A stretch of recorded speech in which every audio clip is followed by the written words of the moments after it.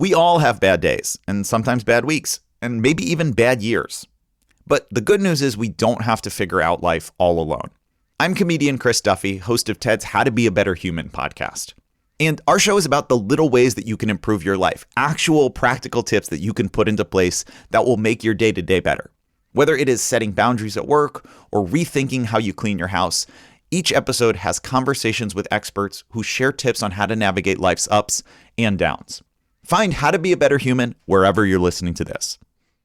No matter how independent-minded any of us might be, I think we've all had a moment where we just want someone or something to tell us what to do or what to believe. Religion can, in many ways, serve that purpose.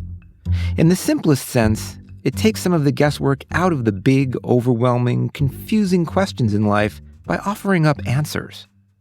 And those answers can be pretty appealing and reassuring, unless doubt starts to creep in.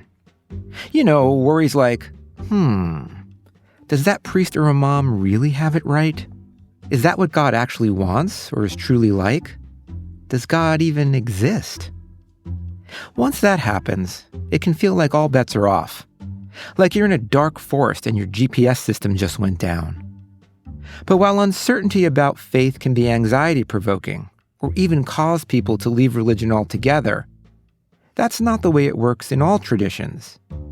In fact, some are exactly the opposite. I might say that Judaism is almost more about asking the right questions than receiving a definitive answer. And that might be frustrating for people, and it is not always easy as a rabbi either.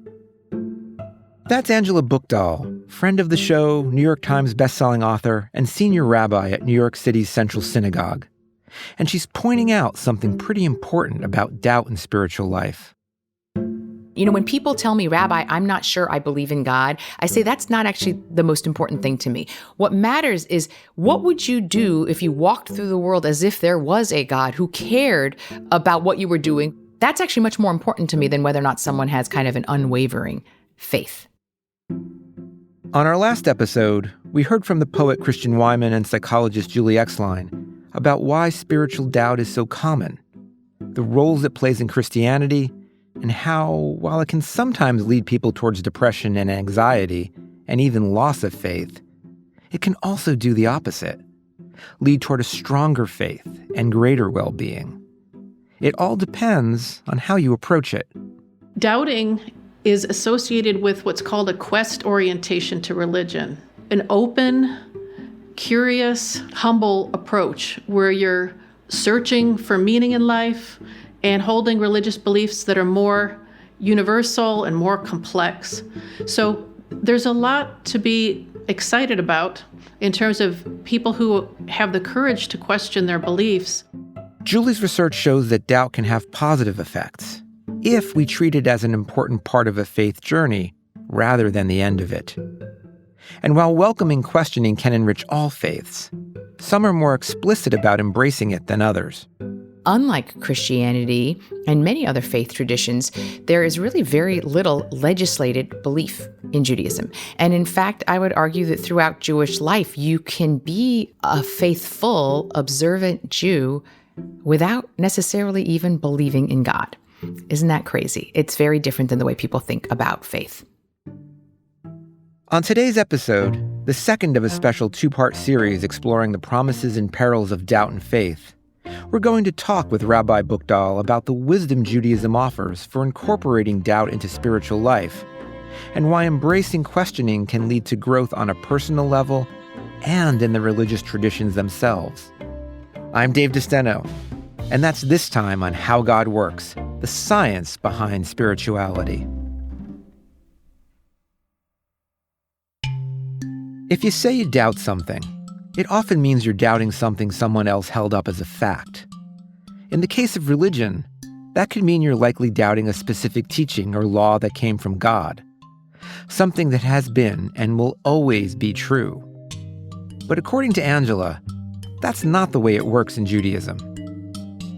To begin with, you have to start with the idea that God thinks that even divine law can be changed and changes it.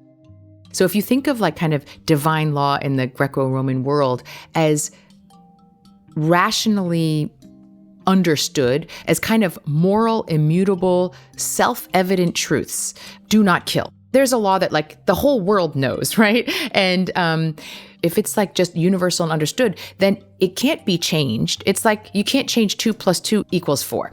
There is a sense that it's immutable, eternal, unchangeable. Interestingly, Judaism has those laws, which you think of as very rational and reasoned and moral and ethical. It also has a body of law that is not really easily understood with like an ethical underpinning. The laws of keeping kosher, for example, or even laws like not mixing wool and linen. These laws that were very particularistic, and you could argue were about making Jews separate and different than other peoples. And holy, because the word holy in Judaism is kadosh, literally just means to be set apart, to be different. So if you've got a body of law that does not always make rational, reasoned sense, in our tradition in Judaism, God sometimes changes divine law. The result is that Jewish law is based on both the sacred written text of the Torah, which is more fixed, and the oral Torah, or Talmud, which offered a lot of room for ongoing debate and commentary about what those laws and practices really meant. Together, these comprise halakha, the corpus of Jewish law, which can also be more literally translated as the way of walking. And that's probably a more accurate description of its purpose, to guide religious practices and beliefs and adapt them to new situations. But if you were hoping for definitive answers, you might have a surprise coming. We talk about the fact that not only that there are 70 faces of Torah, so meaning like one text could still have many facets and people could see truth from different directions. So Christianity in the 3rd and 4th century was codifying the beliefs that Christians needed to believe in the Nicene Creed, right? Saying these are the things, the dogmas that you must believe to be a Christian. Judaism was codifying at the same time the Talmud, which is a code of Jewish law, which reads not like a code of Jewish law, which says here are the rules and how you must behave, but here are essentially a series of rabbinic arguments. And in many ways, it would offer not only a majority, but the minority position.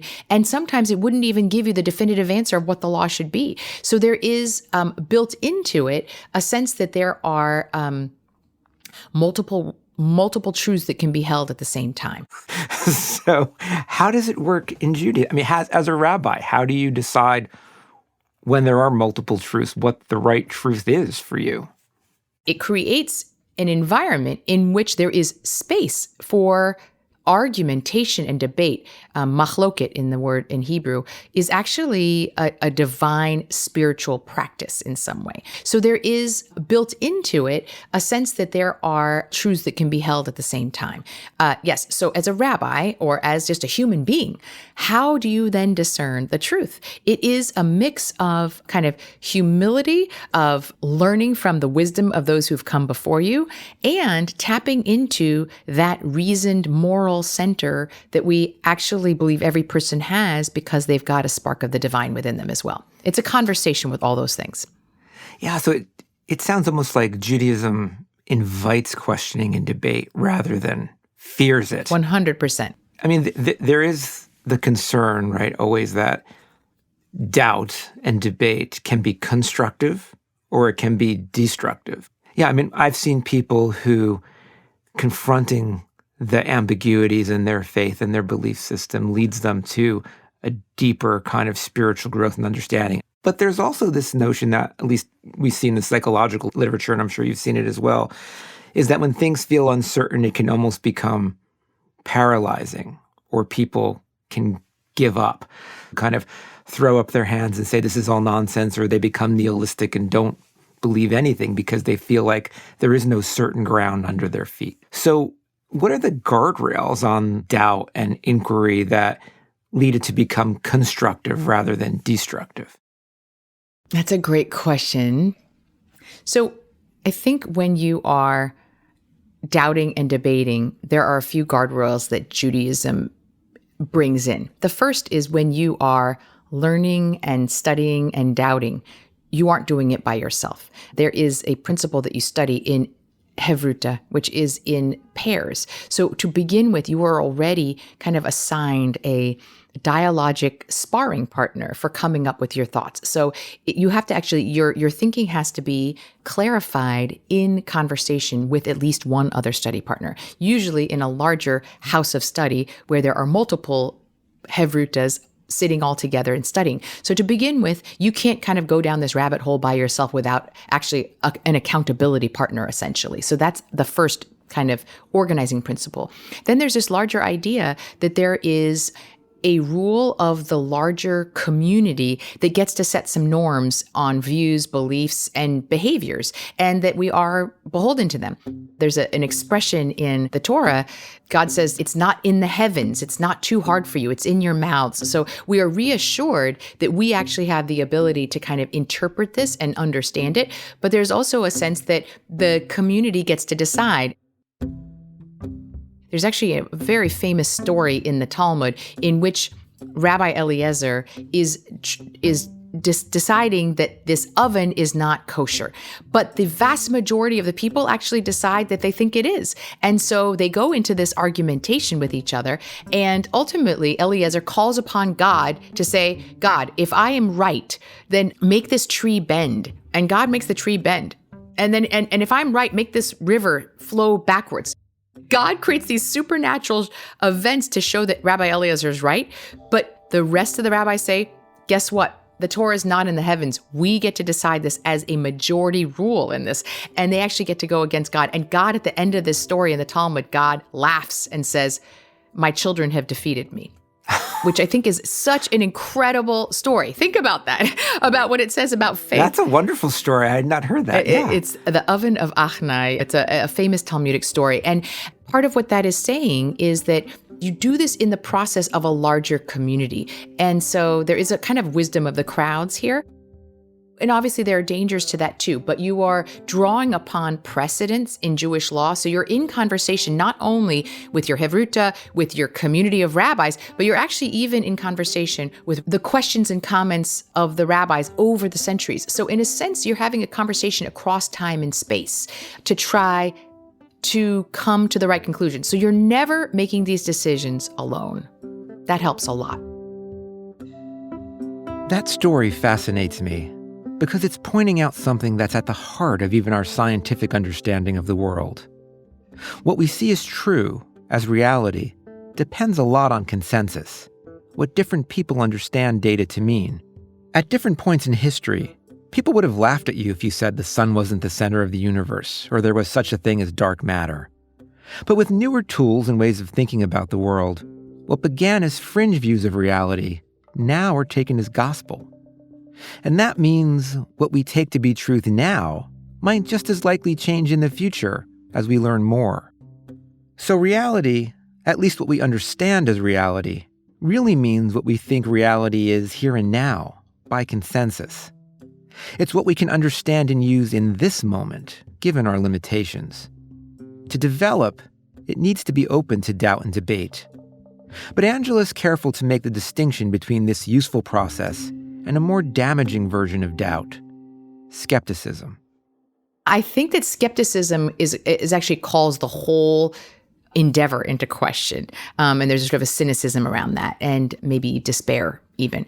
I think doubt is more that you recognize that the struggle is there, that you are holding on to what you know is truth and values, and yet you have the piece of humility to know that you cannot possibly know the whole truth. That what we're dealing with when we're talking about divine law or divine anything is that we are limited by our own human frailties and inability to perceive beyond what we can perceive with our senses and our consciousness. And so, anytime we're trying to capture something that is as big as God, if we don't have some humility to understand that we're going to have some doubt on that, or that think we can own the truth on that, I think that that's an improper religious stance. One of my favorite quotes is this comes from Rabbi Jonathan Sacks, is he said, faith isn't the absence of doubt, but the ability to recognize doubt, live with it, and still take the risk of commitment. Or to put it another way, faith is about being able to live with uncertainty. But how do you do that comfortably? I think it's much easier for me to say, I know for certain moments when I felt I was in divine presence. I know moments for sure that I felt in my kishkas, in my gut, that like God was with me. But I have much less certainty in being able to say, and therefore I know exactly what God is, or even what God wants of me. It's probably an oversimplification to say that Judaism prioritizes deed over creed, meaning just the doing. But I think that's relevant even when it comes to a question of faith, that it's about the doing. And maybe core to that is the word itself in Hebrew, emunah, which is most generally translated as faith, first appears in the Torah in a moment when Abraham, our biblical ancestor, is actually having a crisis of faith. He has been told that he's in a covenantal relationship, that he's going to be the father of a great nation, but he's in his 90s and he has no children. So you can imagine there's a bit of a crisis of faith in this moment. Yeah. And he turns to God and he says, God, have you noticed I'm without child? And God doesn't say to Abraham, oh, have faith. Just don't worry about it, which God could because God is God. But instead, God actually asks Abraham to trust in him, to actually act, and he actually gives him a few actions and commandments. He says, I want you to go outside. I want you to look up at the sky. I want you to count the stars, and your descendants will be as numerous as those stars. Now, on the one hand, these are kind of small actions that he's asking of him, but in another way, he's actually asking him to get outside of himself, to look up into a night sky, to count the stars. You cannot do that without actually experiencing a sense of awe, of your smallness within the greatness of something much bigger. But it's an action. And it's out of that action, when Abraham goes outside, counts the stars, that it's the first time that word, emunah, of faith, appears in the Torah, in the Hebrew Bible. So that is when Abraham trusted in God. So it's different. Even though we translate that word as faith, faith is like a noun that you could possess or not possess, like I have faith. Whereas trust is a verb. You have to trust in God. You have to actually do things to show that you are trusting. So in a time when actually our faith is often not secure or challenged, I think that Judaism's response is, so just act in trusting ways of God, meaning like just take the steps that trust in something, even if you do not have complete, quote, faith. One of my favorite sayings, and I heard it from you, is when Moses was coming down from receiving the teachings of the Ten Commandments, and he was giving it to the Israelites, and they were like, what do you mean, basically? But they said, we will hear and then we will understand. And it sounds like that. Yes, na'aseh v'nishma. It's a very Jewish idea. We will do it and then we will understand. And that goes as well for faith, for emunah. It's not exactly fake it till you make it, but there's a whole area of like kind of psychological therapy in which when you actually do the actions, the feelings often come from doing it. And so, if you are actually to behave in the world as if you trust that the world is fundamentally a good place, that people are fundamentally good, and you believe that God is a force for good in your life, and you act in that way, that's the most important. When people tell me, Rabbi, I'm not sure I believe in God, I say that's not actually the most important thing to me. What matters is, what would you do if you walked through the world as if there was a God who cared about what you were doing, who wanted you to do good in the world and do good for others? How would you walk in the world if you trusted in that? That's actually much more important to me than whether or not someone has kind of an unwavering faith. Do you think that if you're taking part in that life, even without embracing a true faith in God, that you're still in relationship with God, or that there's a benefit to that? Oh, I 100% think there's a benefit to it, because if you're trying to tap into kind of the best of yourself in community with others who are striving for that and looking for a sense of being part of a greater whole, even if it's because of your faith in humanity in some way, I think there's something deep and beneficial in that for sure. There's been so much baggage around perceptions of God, and some of it is that we've become limited sometimes to our view of God to a few of the most prominent Bible stories, and that does a disservice to the kind of multifaceted and extremely diverse ways that our traditions have understood God. When I was talking with Christian Wyman, he lamented that, at least in the Christian tradition, there's not space for what he called the wild God. That is, the God that we do not understand, the God that's not tied to descriptions in Scripture. And he argued that in some ways, theology, a strict adherence to theology, can kind of get in the way of that, because you feel constrained that God has to be like this Bible story said, as opposed to this unknowable entity where you can feel that awe.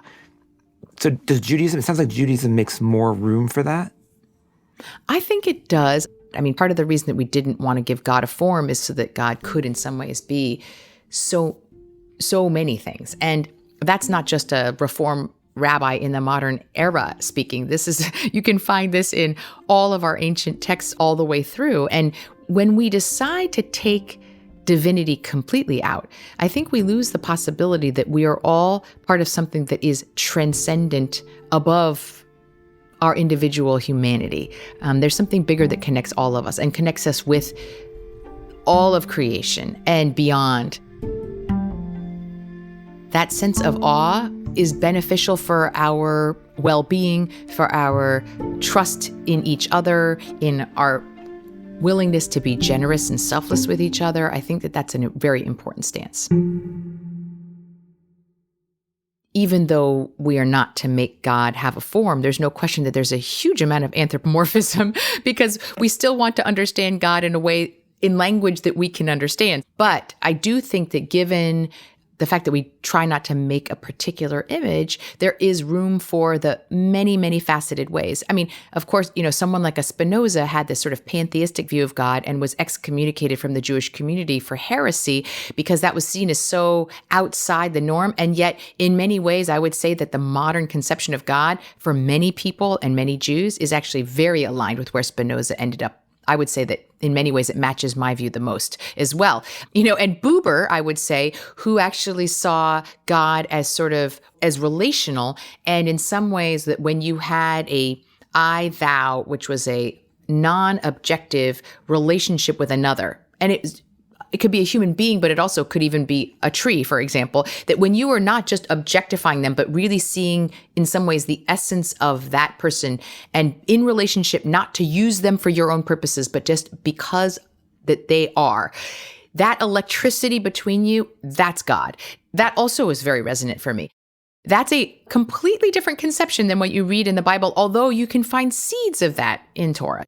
So I think that if people are interested in having a relationship with God, but the kind of biblical view of God, and for many Jews, their view of God is maybe conceived at a Passover Seder where we talk about a jealous God who is bringing plagues down on the Egyptians and hardens Pharaoh's heart. If that had to be the only way I could view God, I wouldn't believe in that God either. And I do think that we have too limited a view of the way that our tradition over centuries has tried to understand the manifestations of God.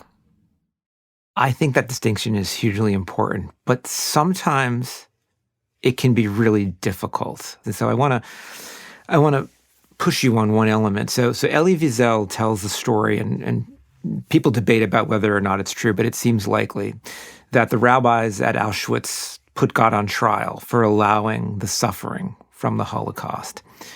But then they didn't sink into despair. They went and held the evening prayer service, Ma'ariv.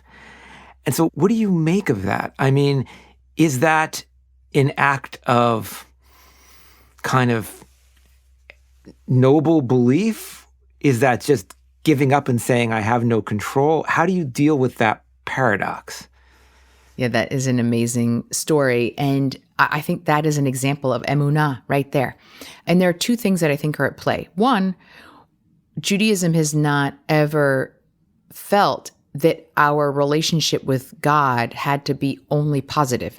It just said that there needs to be some relationship. I mean, I love the fact that the Psalms, if you read the Hebrew Psalms in the Bible, quite a few of them express anger, abandonment, frustration with God. And that's all. There's permission here in our Torah to rail against God, to be upset, to say, guess what, God?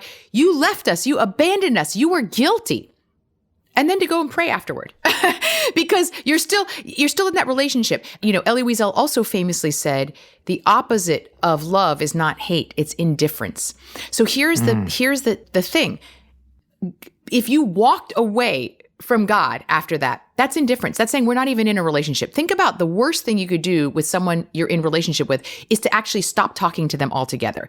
The fact that they called God out, held God accountable, shared their anger and their frustration, now they're still in relationship. In some ways, that actually is more powerful. So there is permission and room for us to be angry at God, because in some ways, if you don't work that stuff out, you can't still be in relationship. And yet the idea that then you would go right into a prayer service, which is, such a powerful story, that's the act of emunah. Like you go back to the deed, you go back to those prayers, and you do the action, even when you're not sure about where your faith is in that moment.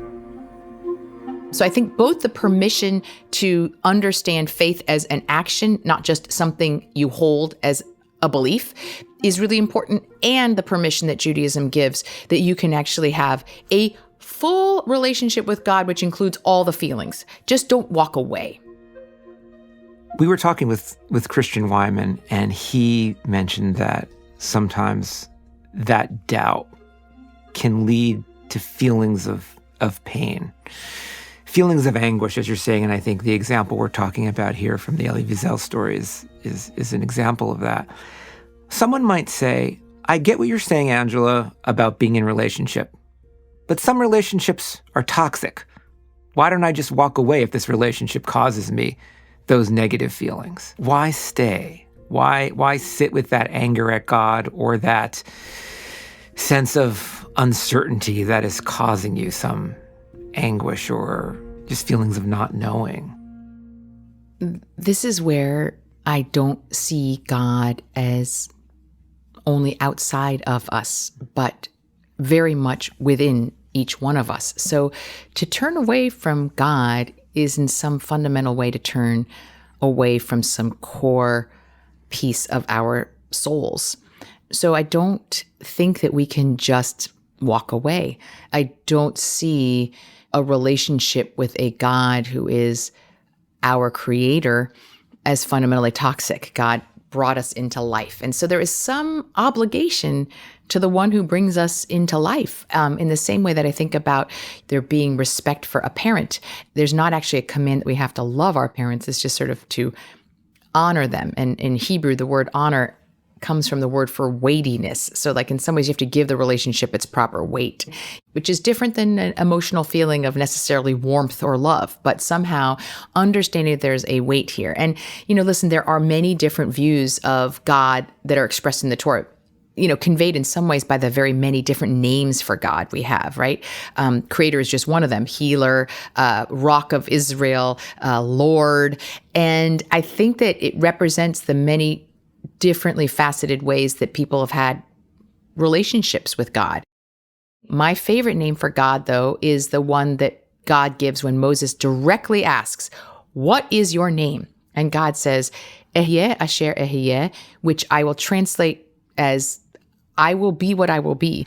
So in some ways, when people are upset with God, a part of me wants to say, well, what does God need to be? Because God is you also. So I don't think you can walk away from that without walking away from something deep within yourself.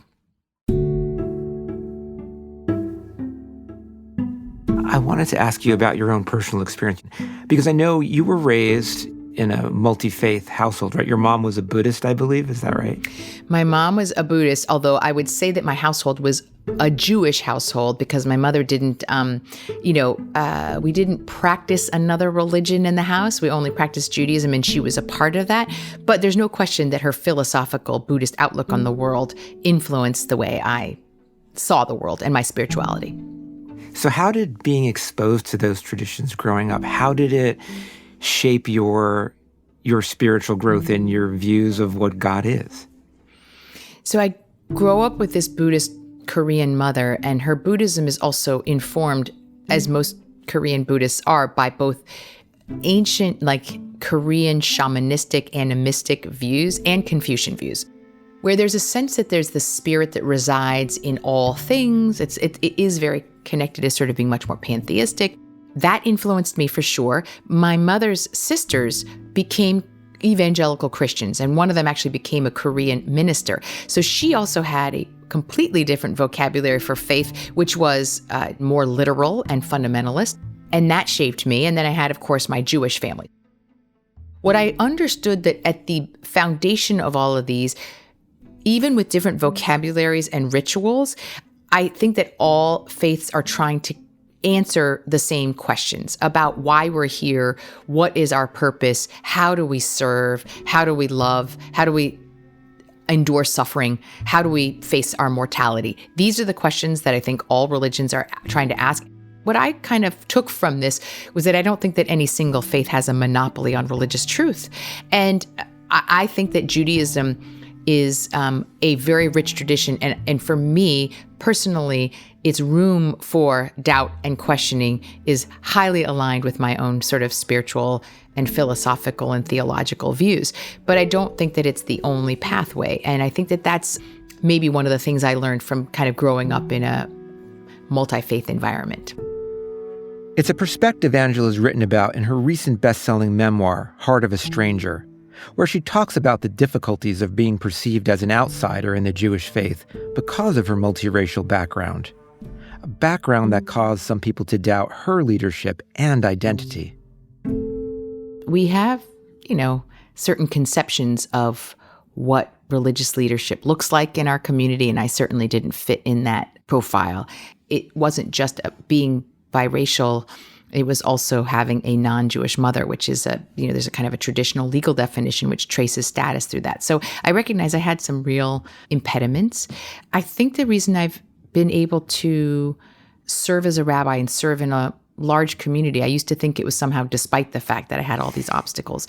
But I actually think the fact that I know what it feels like to come at it from a place of being doubted, being on the outside, was actually my primary point of connection with other people, because one of the things I came to understand is how much every Jew, but actually I might even expand this and say every human being, has experiences of feeling that they are on the outside of the community that they want to be a part of desperately, and hopefully that they ultimately find a sense of home and belonging. But that experience is a growth place. And I had to sit in the wilderness for a while, kind of in places of more uncertainty. And I think that it honed an empathy and a kind of resilience that is forged when you're in places of doubt. I think that maybe that's the key here, is that religious doubt is where religious growth happens. And sort of those religious views that God wants from us of some empathy, increased gratitude, and maybe a deeper understanding of our need to connect with other people. The psychologist William James had this notion when he talked about whether or not it's rational to basically believe in God in the face of doubt. And he called it an overbelief. And the way he defined that is, it's rational to believe in something, to move forward with it if you have doubt, as long as there's no strict evidence against it, meaning there's no strict evidence that everybody agrees on that God doesn't exist. But the benefits of doing it are positive. And it sounds to me in some ways that's kind of what you're saying, which is we're always going to have doubts. But if here on earth, at least, the benefits of it we can witness, we can take part in, it's actually rational. That is, we don't need 100% certainty to embrace something. Right. Absolutely. I mean, I could tell you without a doubt that if every person behaved in the world, even without belief, but they behaved in the world as if there could be a God that was a force for good, that cared about what they did, that held them accountable, that loved them just for being a child of God, that the world would be a better place. I'm 100% certain of that. And yet it is in some ways not a provable concept. But if we all bought into it, it would actually change the world. And by the way, there are other fictions that we buy into as humanity, enable our societies to thrive and progress. I'll give you an example. I mean, this comes from Harari's book on Sapiens, but he talks about like what currency did. You know, it used to be you could only trade if you had like the thing the other person needed, and if you don't need corn, then you can't trade. Well, so currency is a fiction. You know, we've decided that a piece of paper has value, but if we all agree that this thing has a value, then we can actually move and progress and cooperate in a way that is unprecedented in human history, but we have to all buy into it. Even though this could all go up in flames, and if we all decided that it's worthless, then it is, actually. So why couldn't we do this with faith? Why couldn't we decide that if every person said, all of my actions have material impact on others, and someone is watching them, even when the ones they can't see, and someone is a force for good, and God loves me just for being, I'm valuable and worthwhile in an entire world. Let's just decide that we all are going to act on that premise. And there is 100% a guarantee that we would all be better to each other, and the world would be better, and we would be more whole and more peaceful and happy. I wish we could do that in the ways that we have done that with other things. But what if somebody, Angela, says to you, well, it's kind of a red pill, blue pill thing that is, sure, if we believe this fake thing, but it's not the truth, and we should follow the truth. Well, I guess I would ask them, have you ever been there at the birth of a child? Have you ever seen what it looks like? And can you explain what that is, and the miracle of it, and the way it makes you feel to see a life being born?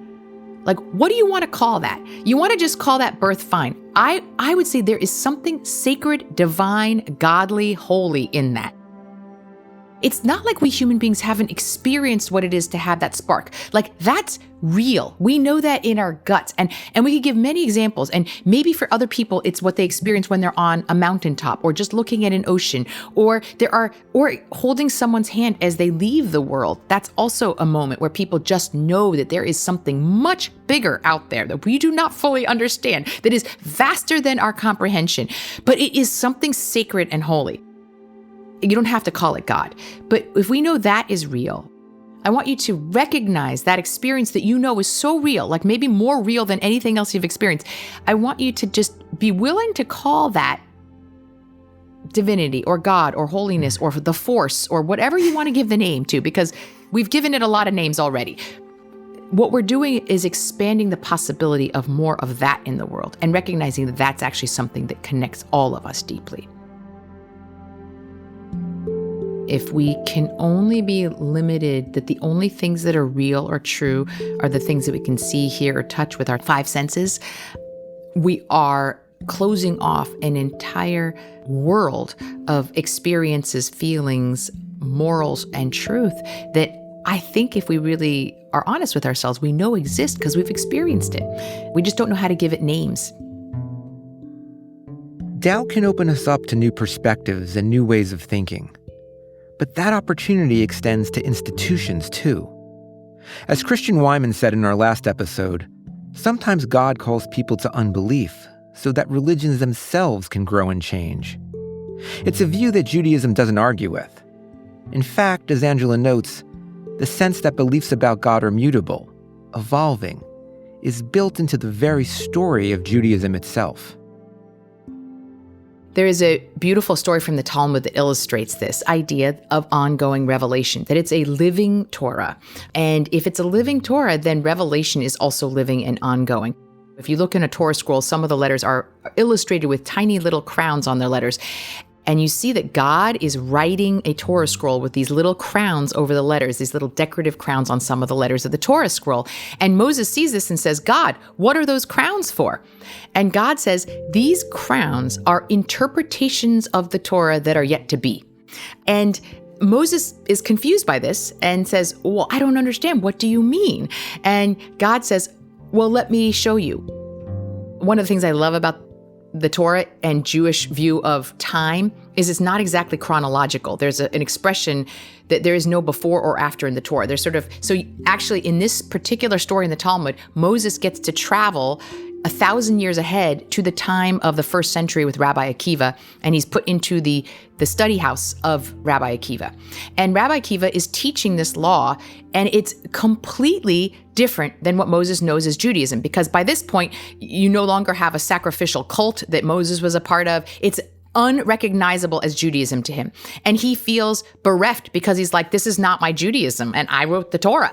But then Rabbi Akiva says, and this we learned through the Torah of Moses. And Moses hears this and he says, oh my goodness, this is all in a line of the revelation that I set down. These are the crowns that God was talking about.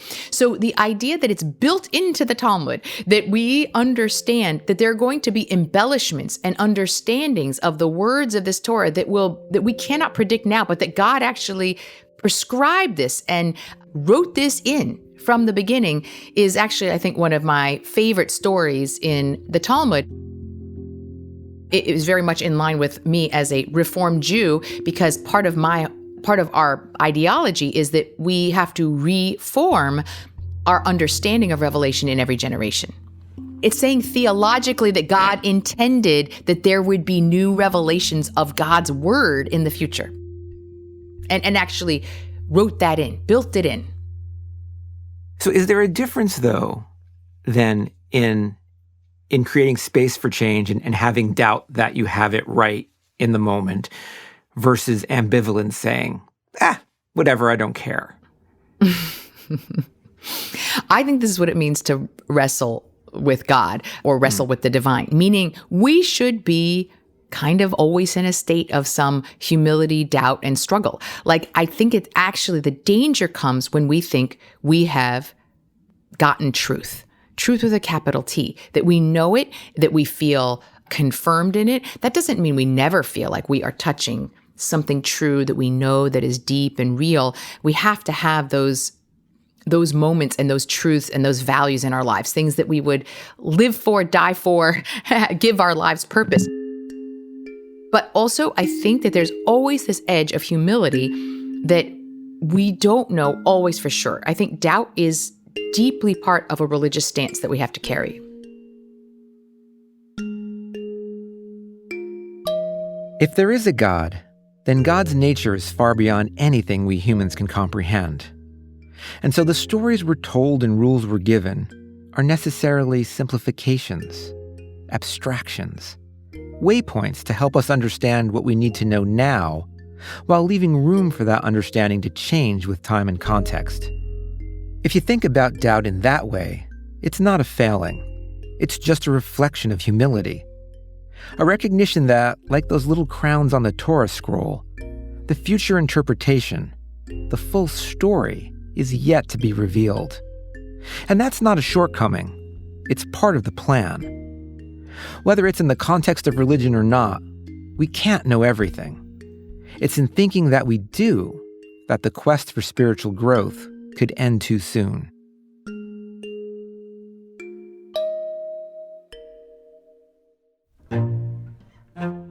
Next time on How God Works, AI is evolving faster than anyone could have imagined. In a short time, it's gone from offering advice on vacation itineraries or help on a midterm paper to giving moral advice, even simulating conversations with God. But what happens when the line between useful tool and omnipotent deity starts to blur?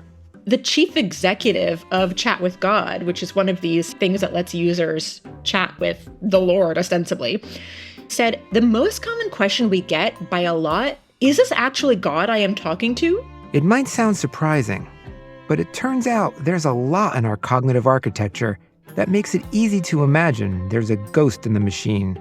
These psychological systems we have in our head are sufficiently different that it makes it natural to imagine that your psychological self doesn't need a body. So I could imagine the psychology that I associate with you going from one body to another, or maybe even embodying itself inside a machine, escaping to the cloud. But if we're already wired to see agency in these systems, that raises some pretty urgent questions about what will happen as AI gets more powerful. How God Works is hosted by me, Dave DeSteno. This episode was written by Josie Holtzman and me. Our senior producer is Josie Holtzman. Our producer is Sophie Eisenberg. Our associate producer is Emmanuel Desarme. Executive producer is Genevieve Sponsler. Our fact checker is Natsumi Ajisaka. Merritt Jacob is our mix engineer and composed our theme, which was arranged by Chloe DeSteno. The executive producer of PRX Productions is Jocelyn Gonzalez. This podcast was made possible with support from the John Templeton Foundation. To learn more about the show and access episode transcripts, you can find our website at howgodworks.org. And for episode shorts, extras, and my ruminations on science and spirituality, check us out on Instagram at howgodworkspod. And you can also see all of our episodes along with special bonus show material on our YouTube page at howgodworkspod.